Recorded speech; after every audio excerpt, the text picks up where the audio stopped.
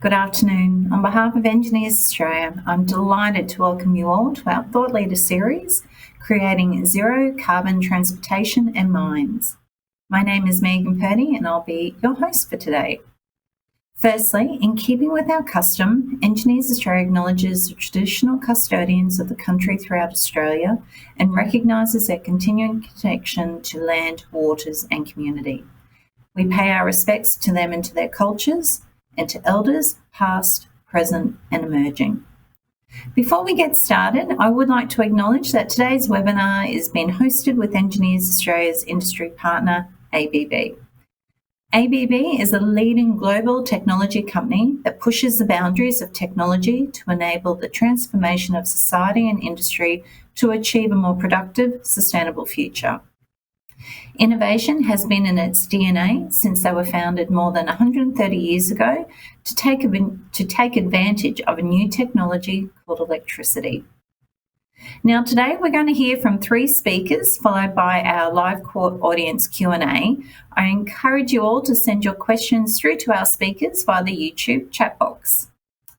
I would now like to welcome our first speaker, John Mulkey. John is a Principal Advisor in Rio Tinto's Surface Mining Technology Group based in Perth, Western Australia. He has 3 decades of experience developing and applying technology solutions in the resources sector. John is now focused on the biggest and most important challenge in his entire career, reducing GHG emissions from diesel-powered mining fleet in Rio Tinto's surface mines. Please welcome John Mulkey. Thank you for the introduction. Today I'll be talking about Rio Tinto's decarbonisation targets, our carbon footprint and mobile diesel emissions reduction pathways. Then I'll share a simple example of how to roughly estimate the electrical energy required and discuss options for zero carbon haul trucks. We are accelerating the decarbonisation of our assets to strengthen our alignment with the goals of the Paris Agreement and aim to reduce our emissions by 50% by 2030. In 2021, our Scope 1 and 2 emissions fell to 31.1 megatons CO2e, equivalent to a 4% reduction against our 2018 equity emissions baseline. Every net zero pathway has a starting point and sets the context for our opportunities to decarbonise. Most people would associate Rio Tinto with its iron ore operations in the Pilbara, but these represent less than 10% of Rio Tinto's Scope 1 and 2 emissions. Our emissions profile sets our decarbonisation strategy, priorities, partnering preferences and approach. Electricity is a common industry challenge, and whilst PV and wind are mature technologies, there are technical challenges integrating these intermittent sources into our existing operations and commercial arrangements. To achieve higher penetration of renewable electricity will require integration of a dynamic supply and a responsive demand side to optimise opportunity where electricity is available at low cost. Electricity is a common industry challenge, and whilst PV and wind are mature technologies, there are technical challenges integrating these intermittent sources into our existing operations and commercial arrangements. To achieve higher penetration of renewable electricity will require integration of a dynamic supply and a responsive demand side to optimise opportunity when electricity is available and low cost. Anodes and reductants, primarily associated with the aluminium operations, but also in our titanium operations. The ELYSIS inert anode for aluminium is a technology step change that is commencing full-scale trials. Process heat requires replacements for fossil fuels that produce medium and high temperature heat. Electrification pathways include electric boilers, plasma torches, efficiency, mechanical vapor recompression, and hydrogen. Many of these technologies are not at industrial scale and will require further development and piloting before they are technically ready for full-scale deployment. Mobile diesel is our 4th largest emission source. Key users include haul, rail, and dig load, each with its own challenges and opportunities. Our mines are our biggest consumers of mobile diesel, so let's talk broadly about decarbonisation technologies. These fall into 4 pathways. These pathways are not mutually exclusive and likely will all play a part. Efficiency is about using less energy for the same or increased output. Emissions reductions can and are being made in this area. Efficiency improvements can be applied at most mine sites. However, efficiency improvements alone won't get us to our net zero target. Importantly though, they will reduce our overall energy requirements, making the transition to lower carbon energy sources somewhat easier. There are alternate fuels with lower carbon emissions that can be used in internal combustion engines. For example, biofuels such as biodiesel, also known as FAME, fatty acid methyl ester, and renewable diesel, also known as HVO, hydrogenated vegetable oil.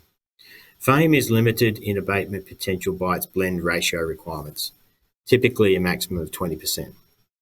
HVO is a full drop-in fuel and can be used at 100% in diesel engines.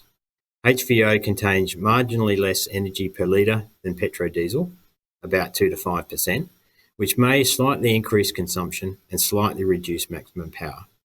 However, it has a higher cetane index, so should burn more completely and cleaner. Emissions reductions may be achieved from sustainably produced biofuels where adequate supply is available.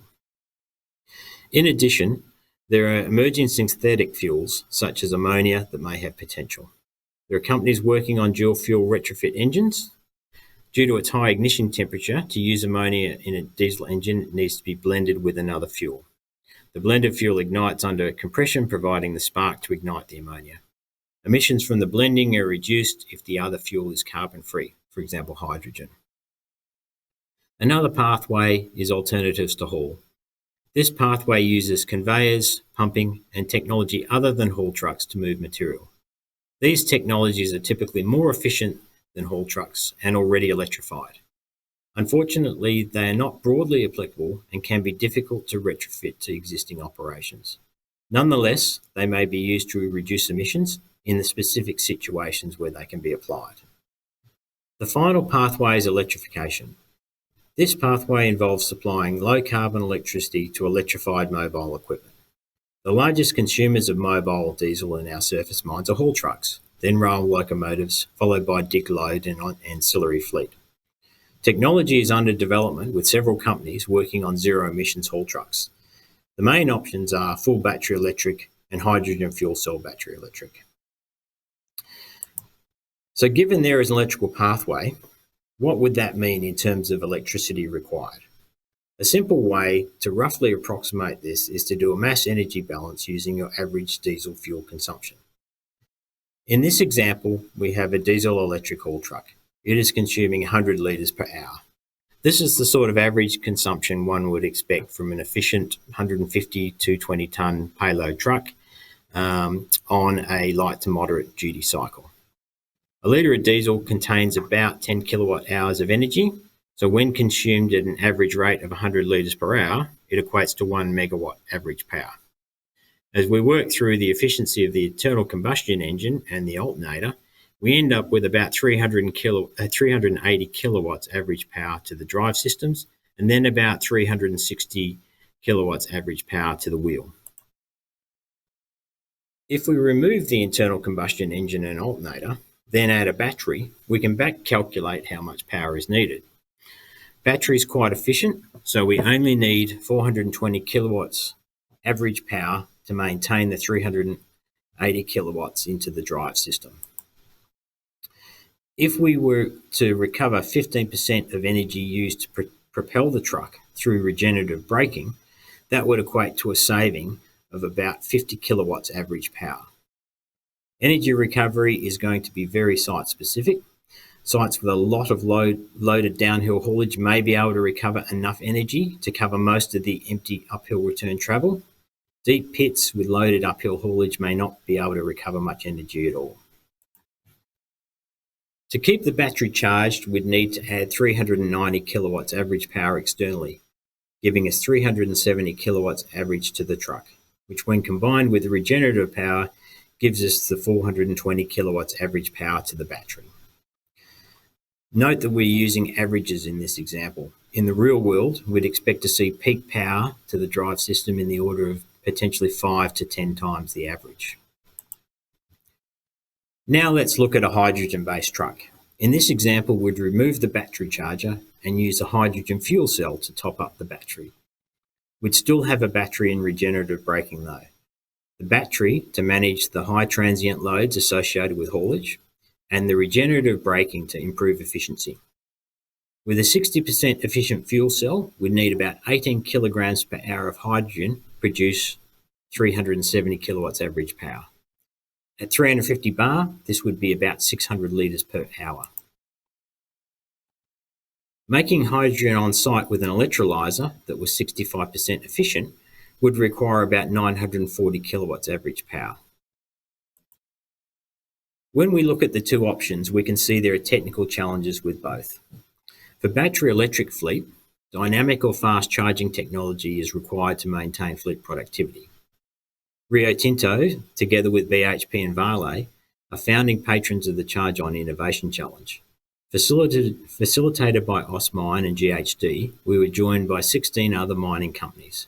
We invited vendors and technology innovators from around the world and across industries to collaborate with the mining industry to prevent novel electric truck charging solutions, aiming to accelerate commercialisation of interoperable solutions that can safely deliver 400 kilowatt hours of electricity to large battery electric off-road haul trucks within the haul cycle. The challenge received interest from over 350 companies across 19 industries, with over 80 companies submitting expressions of interest. 21 companies were then invited to present a detailed pitch of their solution concept. The winning solution concepts will be announced shortly. Battery performance is rapidly evolving, the charge rate limitations are reducing and energy density increasing. Hydrogen is less than half as efficient. It needs 940 kilowatts average power as opposed to 390 kilowatt hour average for charging a battery. However, electrolyzer technology is rapidly evolving and efficiency improving as a result. Storage and transport remains a challenge because of hydrogen's low volumetric energy density. However, a great deal of effort has been focused on that challenge also.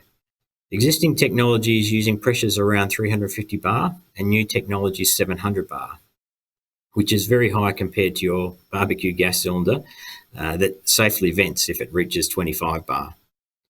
Another option are liquids that can carry hydrogen, such as ammonia and liquid organic carriers.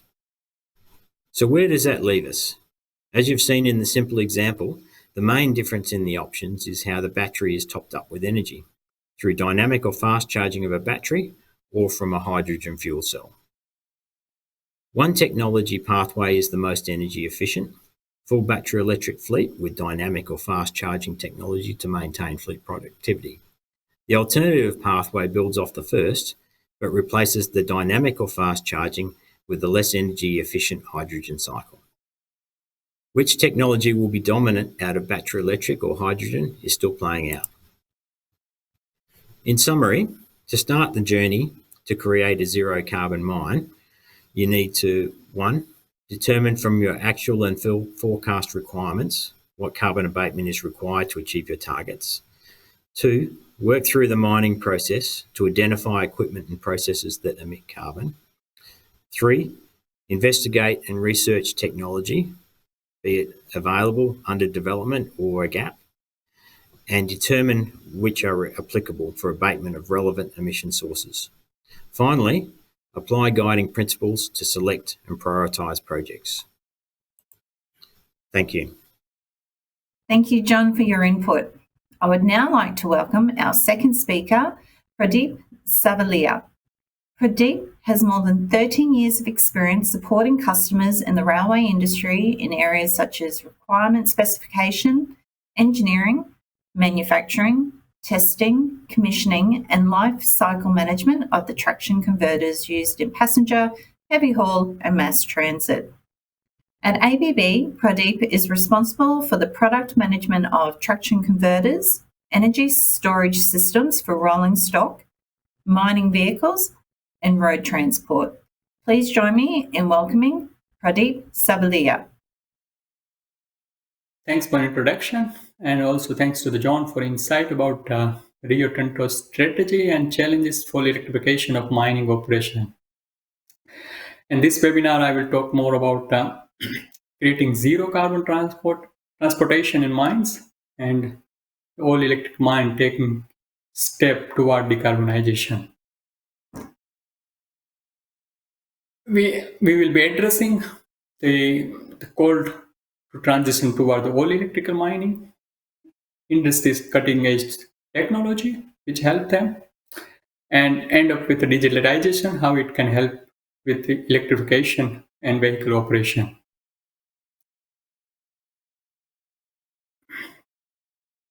On the first one, the call to transition toward an all electrical mining industry, we will try to answer the basic question that what involved to do this.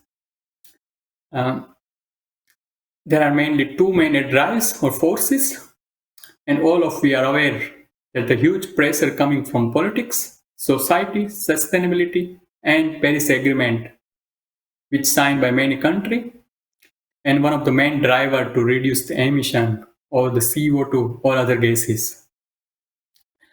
Mining contributes 4 to 7% of the total global emissions, which is major step, and we as a mining community help to reduce, and it is a major steps toward this decarbonization. If we talk about the market forces, traditionally the electrical solution becoming more and more cost competitive versus fossil fuel, not only in vehicle operation, but also on the capex. Diesel need more maintenance compared to the electrical, having more electric vehicle, not only in car, but also the solar, which is a renewable energy, which need the photovoltaic. So this all needs the mines or ore, which need to be ore somewhere, somehow. So the key message of the slide is that mining segment is the challenges as part of the decarbonization, but also the solution to help this sustainability. If we talk about the mining operation side, the diesel is a major constraint where it's also sometimes difficult to deliver in remote areas. And it also plays a significant role in the capex, sometimes 30 to 40%. And if we reduce this diesel consumption, it helps to save the money to the mining operator. If we more deep look about the underground mine, if we reduce or bring to zero emission, it will help to improve the health and safety of the people who work there. And also, we can reduce or we can give away the ventilation if we make the zero emission, because to bring the fresh air is the big stake of the capex, and sometimes it goes 20 to 30% of the mining. And fire safety is one of the key issue or topic. Mining operations are expected to lower the cost, but increase the efficiency to meet productivity and environmental goals. And electrification helps to enable zero emission electrical operation, keeping mining operation turning while saving energy every day. The hauling of the land is the key application in the surface mining, and hauling the truck helps when it operates uphill with electrical mode, where it gives the torque in the full speed range. And also in the long term, the electrification will help to enable the operation remotely and automated operation.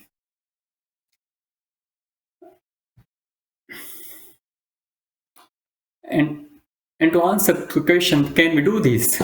Do we have the technology which is required to perform this one? I presented the two block diagram. The first one on the left side, which gives the existing diesel, or let's say the trolley assist truck, where the engine driven alternator generate the AC, which rectifier to make a DC to provide the propulsion inverter, which again convert to the AC required by motor to deliver the required torque and speed. And also there are the chopper within the propulsion DC link connected for the brake register. So when the truck make the braking, it regenerate the energy and feed it into the DC link. Since there is no receptacle of the power, it need to be dissipated in the register. And when we make the electrification of this truck, it helps to recuperate this braking energy. And in the block diagram, which you see in the right side, it is more like electrified truck, where there are main three new areas. One is the power electronics, which is the technology goes on to the onboarding, alternate energy source, and the charging infrastructure is the key to make the full electrification. Again, in continuous to that, to answer the can we do this, if we see about the power electronics and the rail solution, we see is very close to the mining equipment in terms of power range, in terms of the harsh environment requirement. If we talk about the dumping truck with the gross weight of the 500 metric tons, which require 3 to 4 megawatt power, and if we compare it with the rail with the locomotive, which goes 6, and nowadays it's 9 megawatt power, which is half of the down, which is in the dumping truck, it's a half of it, yeah. And we should not afraid to electrify this heavy haul truck as its solution running from 90s in the train. And if you go more about the small one, underground haul truck or drilling truck, which has the power capacity of in hundreds kilowatt, and which is close to like a light rail or e-bus, which running on road.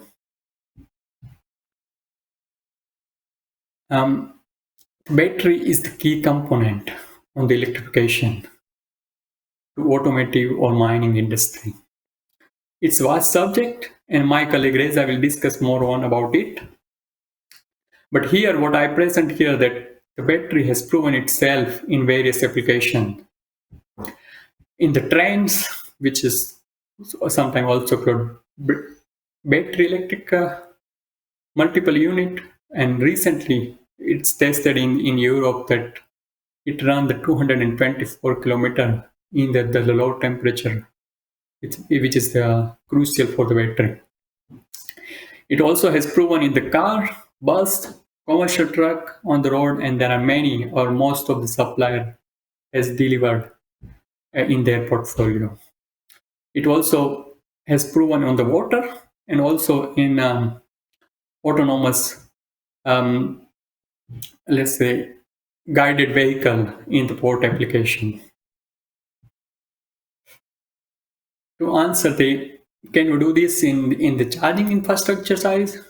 So charging power is more limited by the battery acceptance current and power capacity. And yeah, its charging interface is one of the important challenge when it comes to the higher capacity. But what we have seen so far and delivered, it's not a main constraint. We have seen in the market in the range of 350 to 600 for the car and trucks, but also 4 to 6 megawatt for the ferry as well as this trolley assist truck, and which is more similar to the rail locomotive.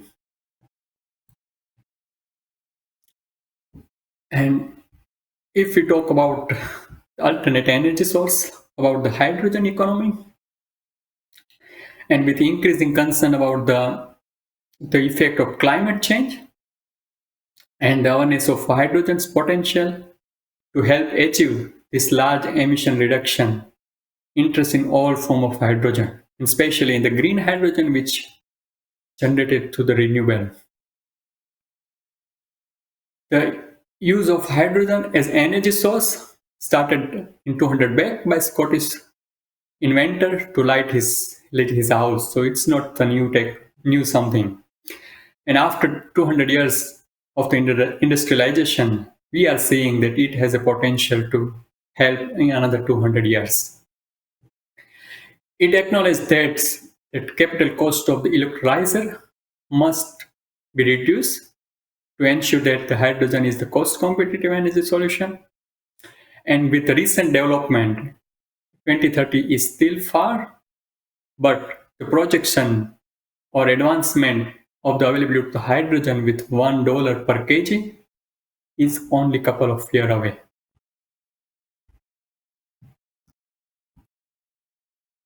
And if we talk about the fuel cell which operates with hydrogen, it's more similar to the battery, which work on the electrolysis process to generate the electricity. And this is also something not new. It was invented somewhere in 1839.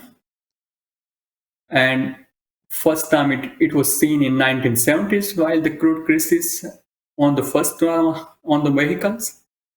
And after the introduction by Toyotas in 2014 in a commercialization vehicle, the fuel cell, or let's say the hydrogen-based mobility sector, is not is no longer experimental, and it is recognized as one of the key driving technology of the future of mobility.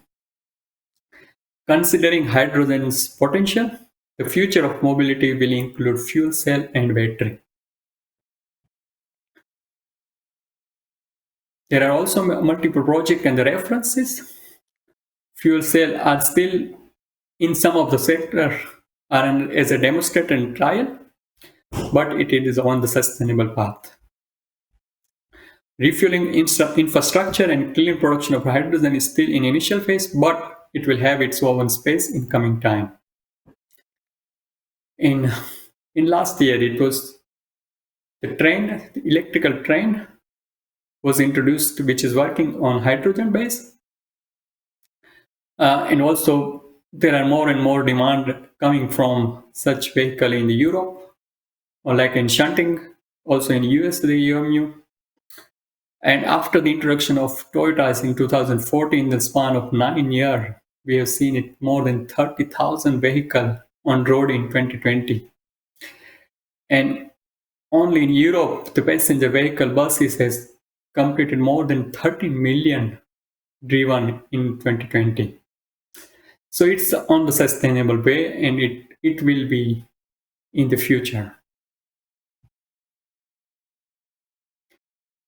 And to answer the question, why should we do this?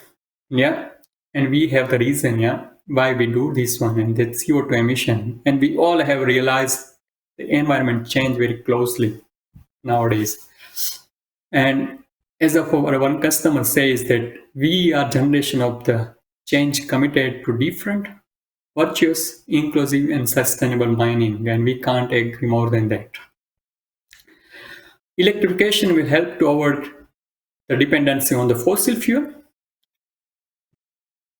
and we have the technology and product to do this one, like battery, fuel cell, charging infrastructure. And it also proven that with electric vehicle, it reduces the operation, improve the energy efficiency, and reduce the maintenance, and overall improve the life cycle cost. And as an alternative energy source is in the center of the electrification mind, especially we talk about the battery and the fuel cell.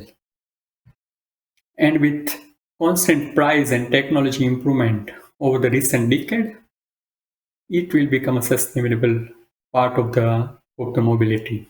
We have seen in the battery technology from $1,182 per kilowatt hour in 2010, which came down to $156 per kilowatt hour in 2019, just span of nine years.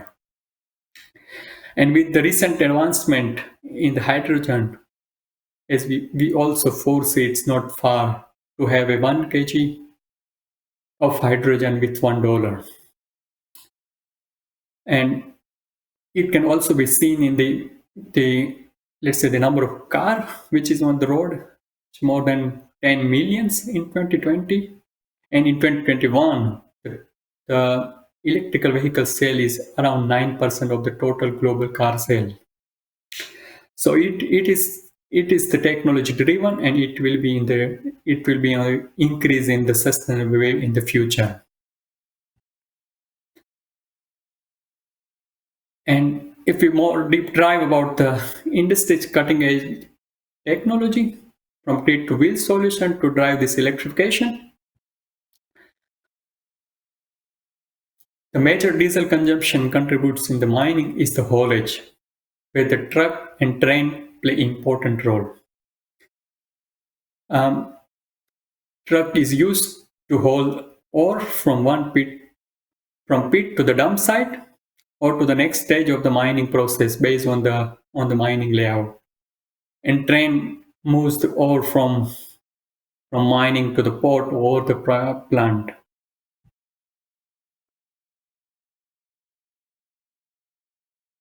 If we talk about in the electrification part, let's start with the power electronics one, which mainly the main ingredient of the power electronics is the semiconductor. The first generation was the gate turn-off thyristor, which helps to introduce in the mining sector. But the next generation was the IGBT, where it helps to reduce the space, weight, and also the efficiency compared to the GTO. In IGBT area itself, now if we talk about the advancement as a link-tech IGBT, which help to reduce the size and also the improve the efficiency compared to the previous generation of the IGBT. The next generation or the next invention is the silicon carbide, which is in progress and might take some time to be commercialized in such a high power level. If we talk about the propulsion inverter technology, there are multiple inverter, 2-level inverter and 3-level inverter, which is something which realized in the rail industry and can be implemented in the mining industry.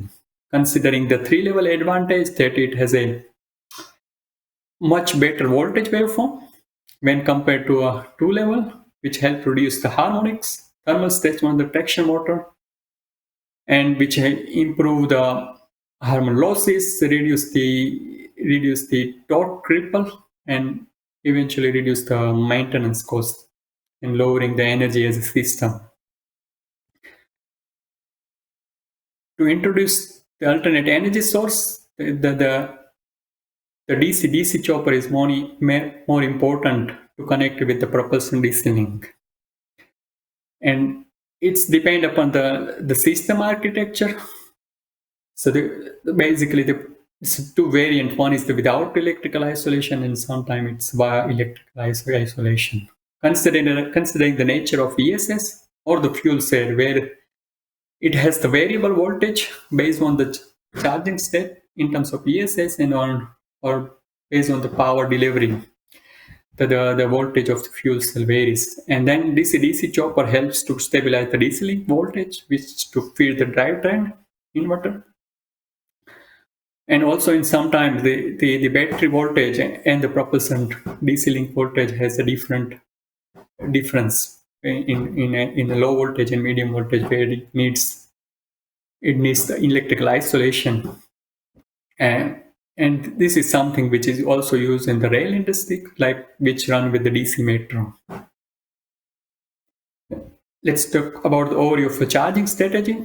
And basically, it depends on the charging location and charging speed, whether it's on-board or off-board, or fast or the slow.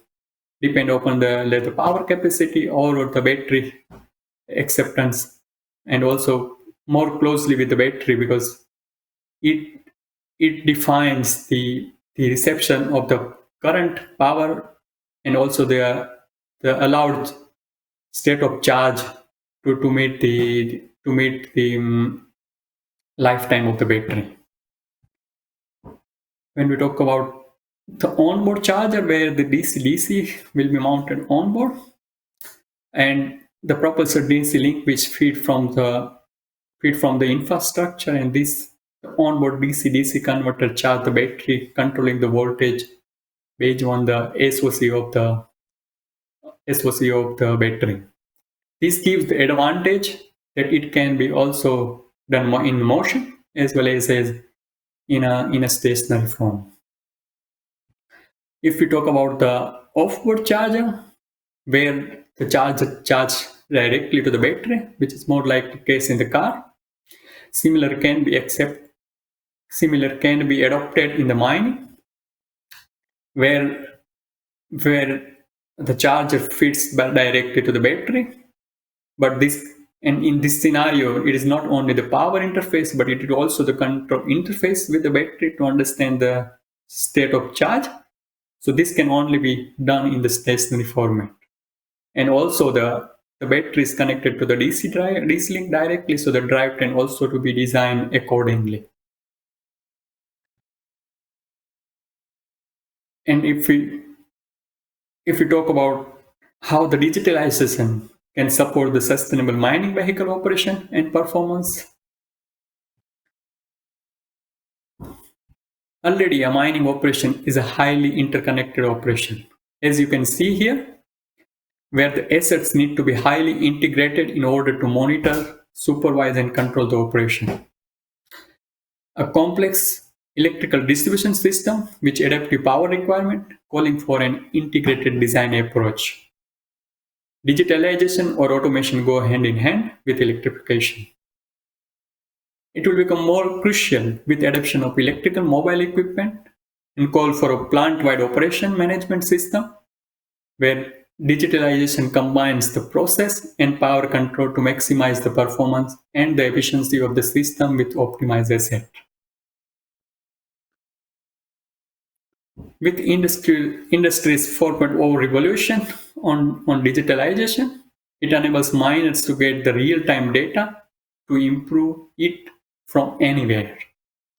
Especially for the mobile equipment, it's crucial to know where is the vehicle, what is the task it has to perform as a next step, how far and how long is it to the next charging session, what is the SOC of the onboard battery, what is the next task.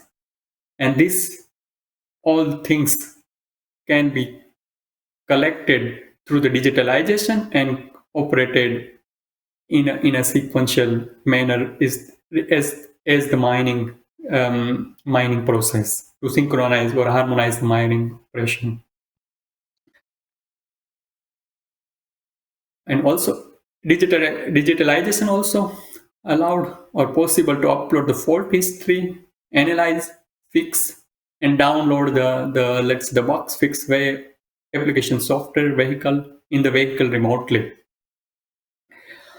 It play a major role in the predictive maintenance, where the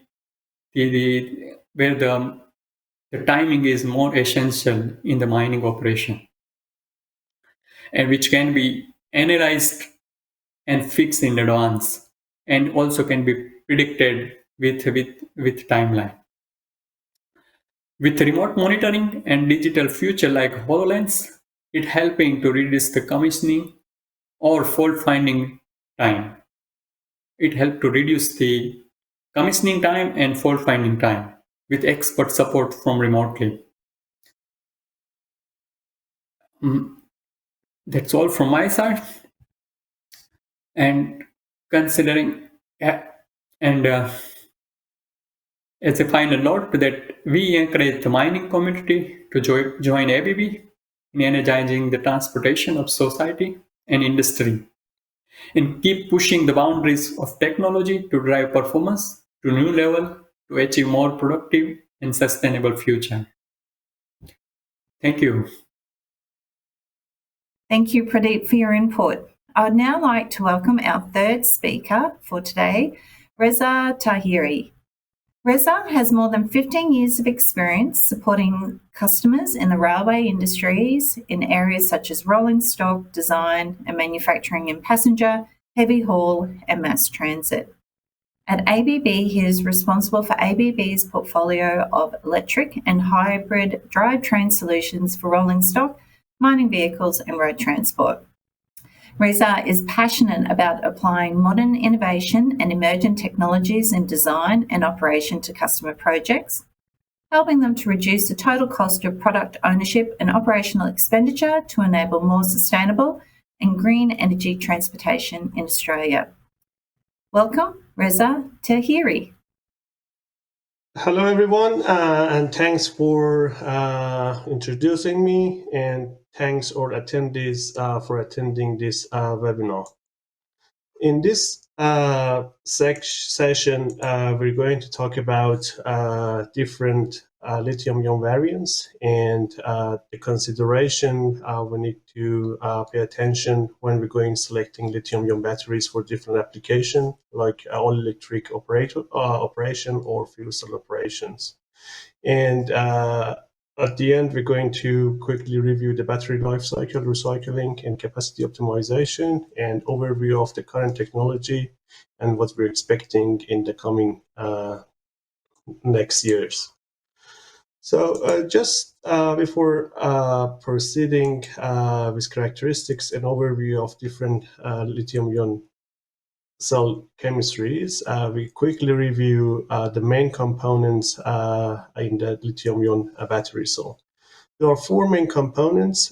We have two active electrode materials. The positive one is cathode and the negative one is anode. And we have electrolyte and separator. So unlike a classical lead acid battery, there is no chemical reaction at active material at anode and cathode. Instead, this active material stores at the all lithium ions, so without any chemical interaction. And for example, during the charging of the battery, the lithium ions all stored in anode active material, and during the discharging, the lithium ion materials stored in positive terminal, which is cathode. So we have separator as well that prevents obviously the direct contact between these two sections, and electrolyte. Electrolyte is providing a medium for lithium ion traveling between the negative and positive terminal. So, and for this reason, the lithium-ion battery is normally called the rocking chair battery. It means that the energy, lithium-ion as an energy carrier, rocking back and forth between the anode and cathode material. So, but before putting a lithium cell battery together, we need to make some choices. One of the main, the first choices is about the chemistry we're going to use at a cathode, in the cathode terminal and anode terminal, and the second is the shape of our lithium cell batteries.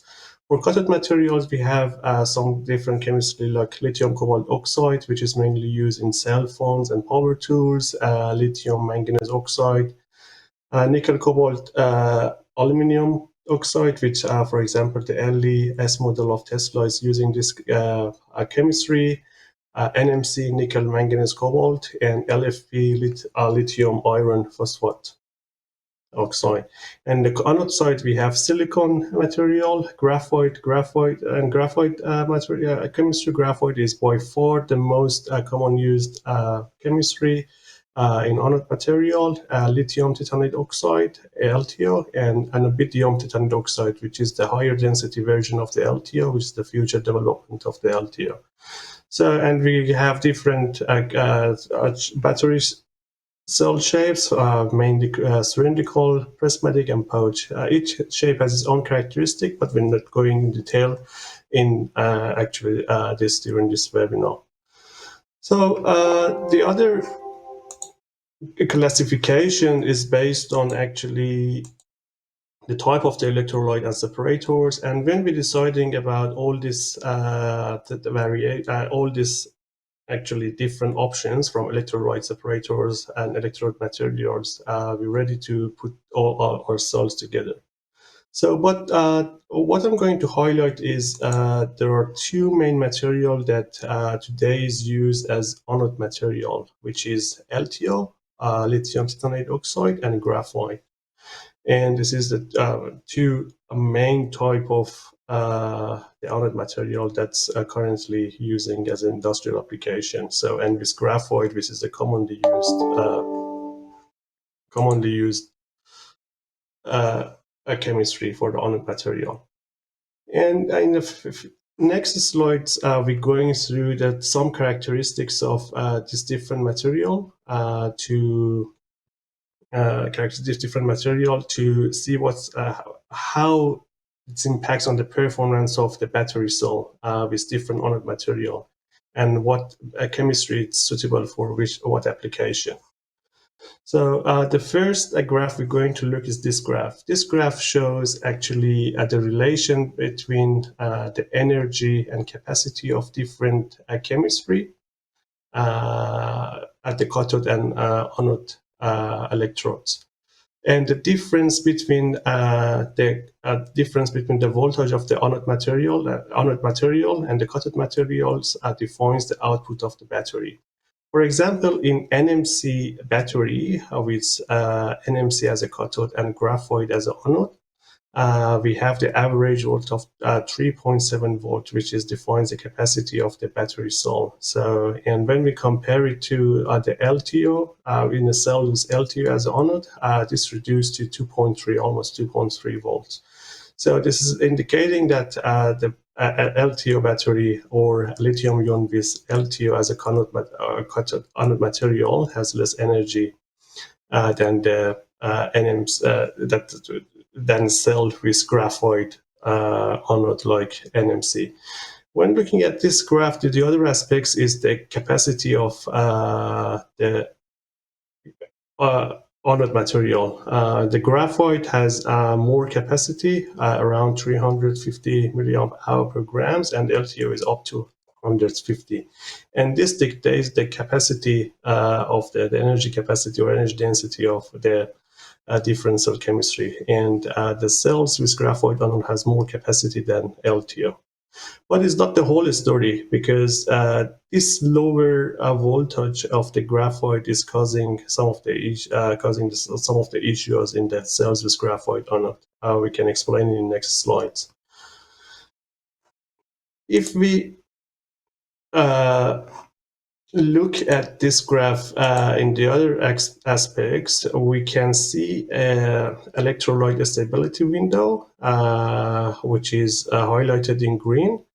This electrolyte stability window means that in this window, in this voltage range, when the electrolyte comes in contact with the graphite, the anode material or current material, is going to be stable. It's not going to be decomposed. So we can see that the graphite is in a stable window, while LTO is fully in a stable window. So it means that when electrolyte comes in contact with a cell with graphite anode, it starts to decompose. So, and it's getting unstable. We know that the cells with graphite anodes it's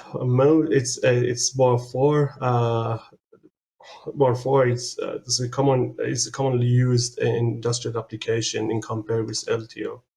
And we know that the graphite is fully in a stable electrolyte zone. So the question is how the cell works. So, and the answer is in the next slide. The answer is formation of the layer on top of the electrode anode with graphite chemistry, which is called solid electrolyte interface. This layer is formed during the formation of the cell. When the electrolyte comes to contact with graphite anode, it starts to decompose it, and it's just covering the anode cell, and it's prevented direct contact between the electrolyte and actually the graphite anode.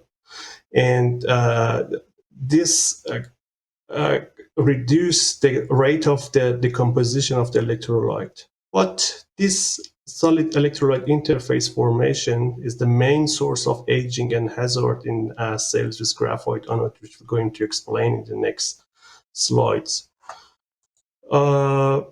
One of the things we need to consider is the risk of the thermal runaway, which is the main issue in the lithium-ion batteries. In the lithium-ion batteries with graphite anode, when we're looking at this graph, it shows the different steps where the thermal runaway starts in the cells, in the lithium-ion cells. So the first steps and the first trigger is the solid electrolyte interface itself. So it means with the cells with graphite anode, because the existence of this layer, the thermal runaway starts immediately at comparatively a low temperature.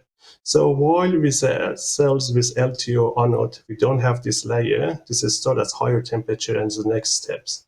It's not the only story. When we looking at the next graph, it shows not only the thermal runaway in cell with graphite anode. It happens at lower temperature in converse with LTO anode, but also it generates more heat during the thermal runaway. So there is two takeaways from the thermal runaway comparison between the cells with graphite anode and LTO anode. The graphite anode thermal runaway happens at lower temperature, and when it's happy, generate more heats.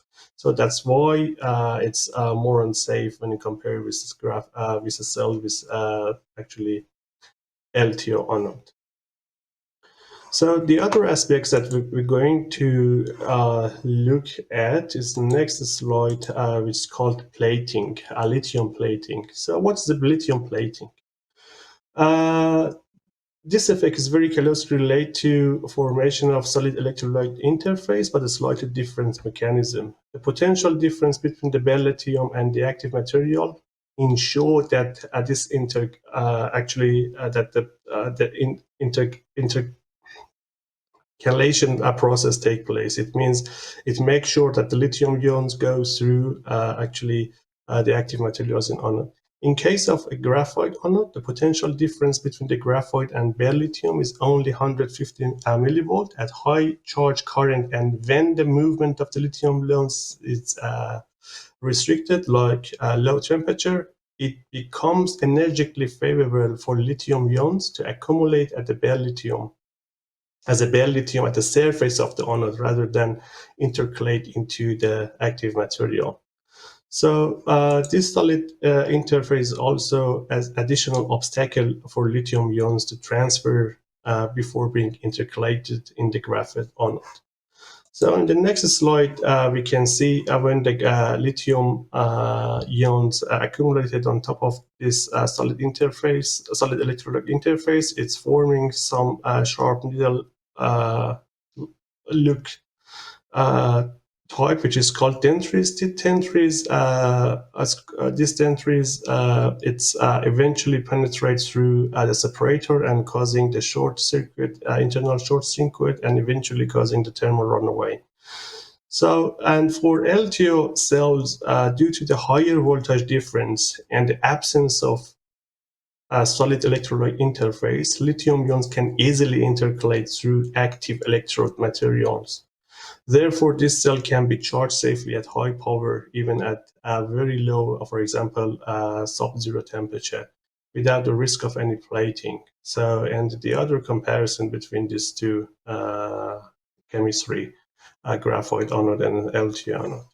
The other aspects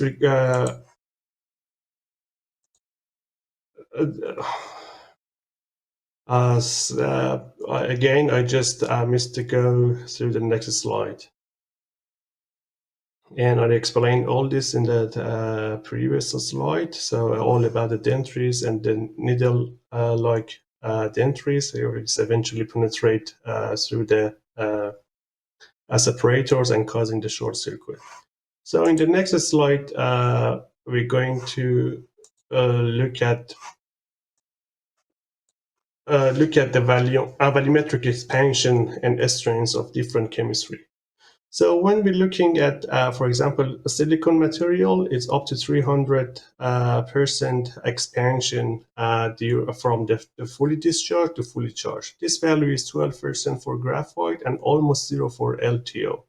That's why the LTO is called a zero strain material. So why this is important? Why this volume expansion is important when we're selecting chemistry? We know that this solid interface, we explained before that this solid electrolyte interface is formed on top of the anode electrolyte. Anode electrode. So during the charging and discharging cycle, this expansion causing the continuous cracking or crumbling of the this layer. And this layer needs to be reformed. For reformation, this consume lithiums, and actually when it consume lithiums, it means loss of cyclable lithium and loss of the capacity. And the other things in discontinuous solid electrolyte interface formations means over the time we getting thicker and thicker layer. So it means increasing the internal resistance of the battery. So these two aspects together, these two aspects together increased internal resistance and actually loss of cyclable lithium, which is loss of the capacity, is the main source of the aging of the battery. The battery is getting to the stage that the capacity of the battery is going below the required capacity.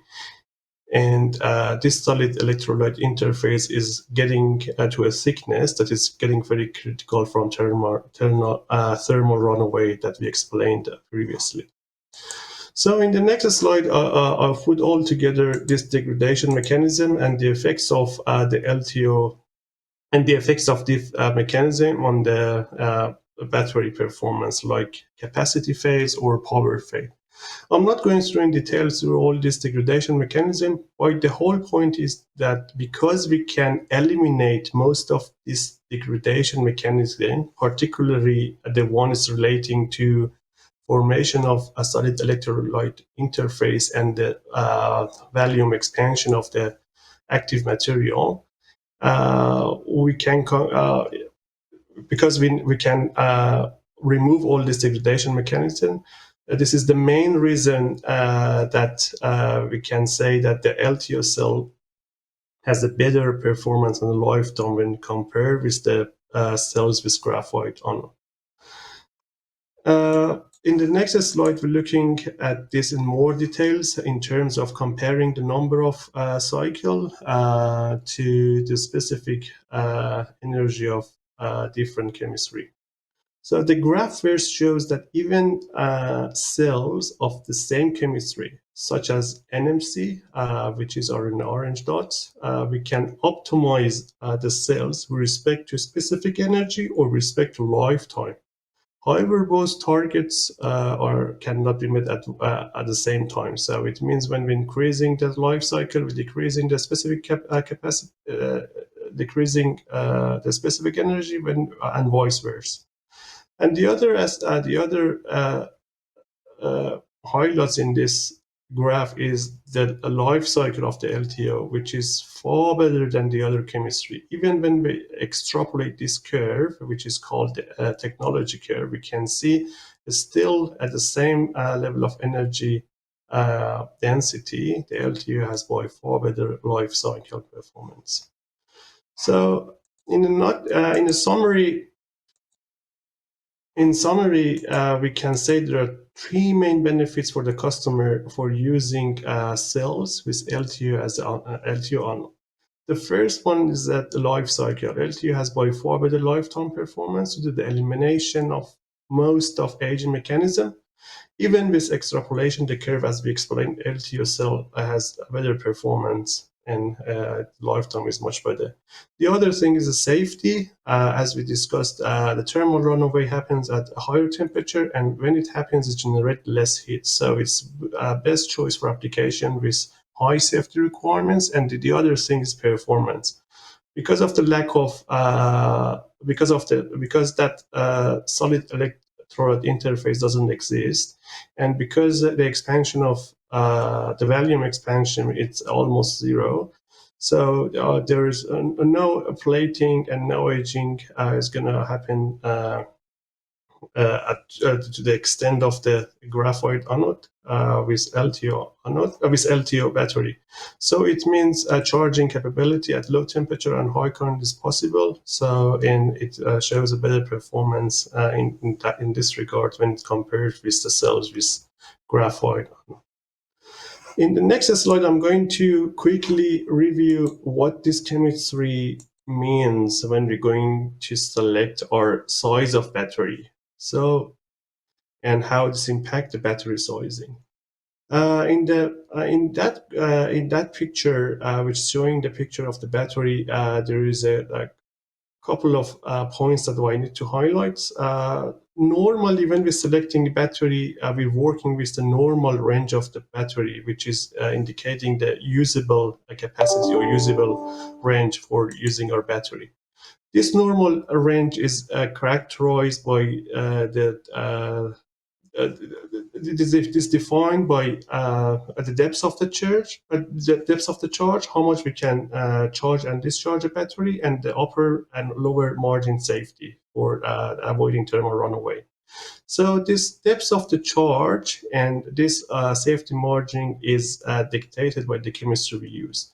For example, for cells with LTO anode, we have deeper depths of charge. We can charge and discharge from 5% to 90% because we don't have that expansion and all the associated issues. And we can have lower upper and lower safety margin due to the thermal runaway performance of the battery.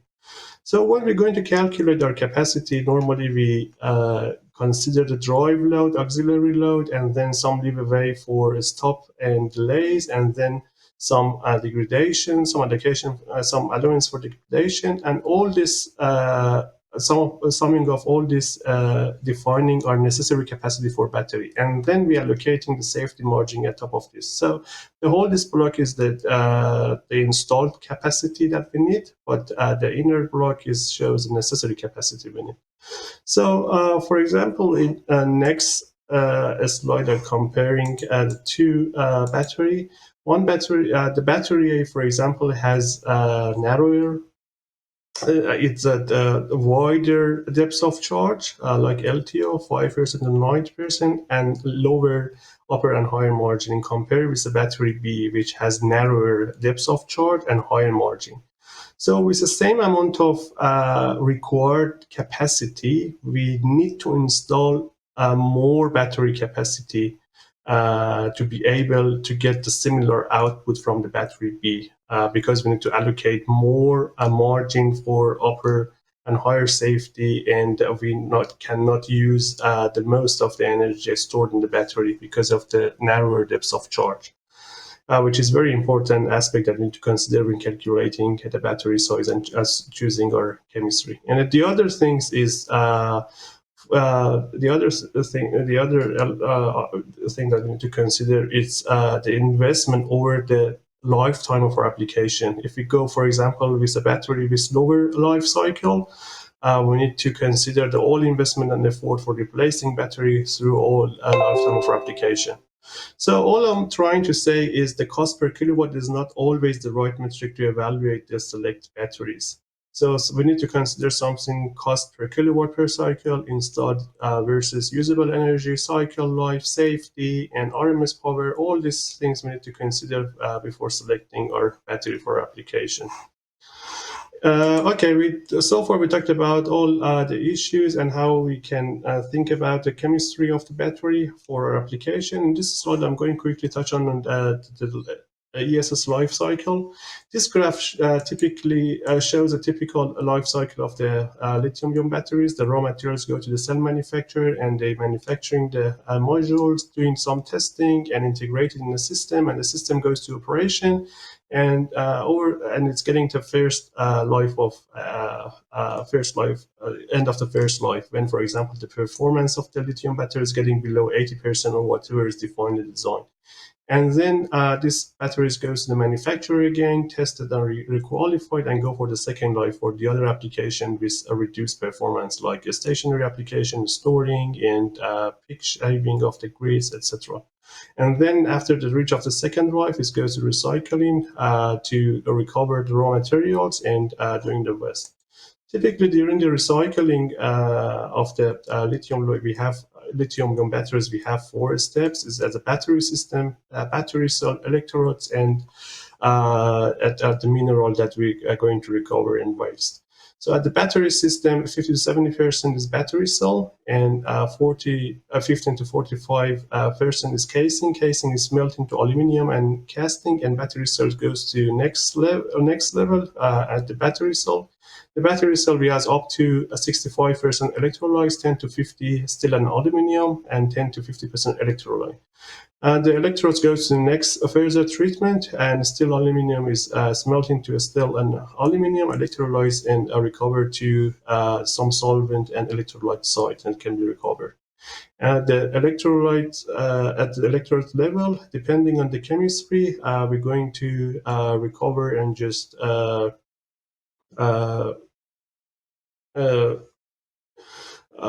break with some of these minerals and for further use in the future, and just whatever we can about much less than 1% can be wasted.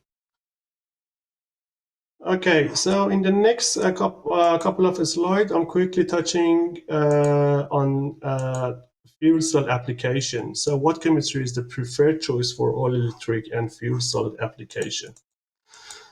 This plot shows actually the single diagram of fuel cell application. I'm not going through the details. The whole point is in the fuel cell application, the target is optimizing fuel cell power versus battery power. This is just to shift the cycle stress from fuel cell actually to the battery. And because this increased the lifetime of the battery and consuming less and causing and minimize the hydrogen consumption. So in this, in the right graph, we need all the peaks and throw, which is from accelerating and decelerating or braking of the vehicle. All this peak needs to be shifted to the battery to make the fuel cell make the fuel cell able to operate close to average load. In this case, we get optimized lifetime for our fuel cell. So to make this happen, the battery we're using in our application should meet some requirements, which I'm explaining next slide. One of the requirements it's a split ratio. This is essential to minimize the stalled power, fuel cell power, maximize fuel cell lifetime, reduce hydrogen consumption, and reduce battery cost. The other thing is it should meet the criteria of the peak shaving. This is to avoid rapid change to the fuel cell power. So high power battery is needed to capture peak and throw to allow fuel cell to operate at its best efficient region and maximize its lifetime. The other thing is charging power, similar to the peak shaving, is a must to absorb a full braking power and long life. The battery in this application will be charged and discharged during every acceleration and braking phase. So a long life battery is essential. Considering all the key requirements, it's obvious that LTO battery is the only choice to fulfill all these requirements for fuel cell application. We can discuss it in more details, but just say that it's, I think, as a highlight, we can mention all these points in this webinar. And we discuss about the different chemistry, comparing different chemistry, pros and effects, and different applications. So where we are in terms of the technology and what's the next, what we're expecting in the next couple of years. So this. We're getting back again to this popular graph, the voltage versus capacity. So it shows two different sections, insertion chemistry and conversion chemistry. Today, technology is based on the insertion chemistry. Insertion chemistry means the lithium ions is stored or intercalate into the active material. So in a different way from conversion chemistry. So the conversion chemistry makes the battery cell provide the battery cell with higher energy density, and it's less toxic, and there's other benefits in conversion chemistry. But the conversion chemistry at the moment are at the study phase, so the lots of things that should be actually resolved. So when we're talking about the today technology, we're talking about the insertion chemistry, and we're talking about two dominant anode material like LT and graphite, and we're talking about the cathode actually material, which is like a complex layered on spinel and olivine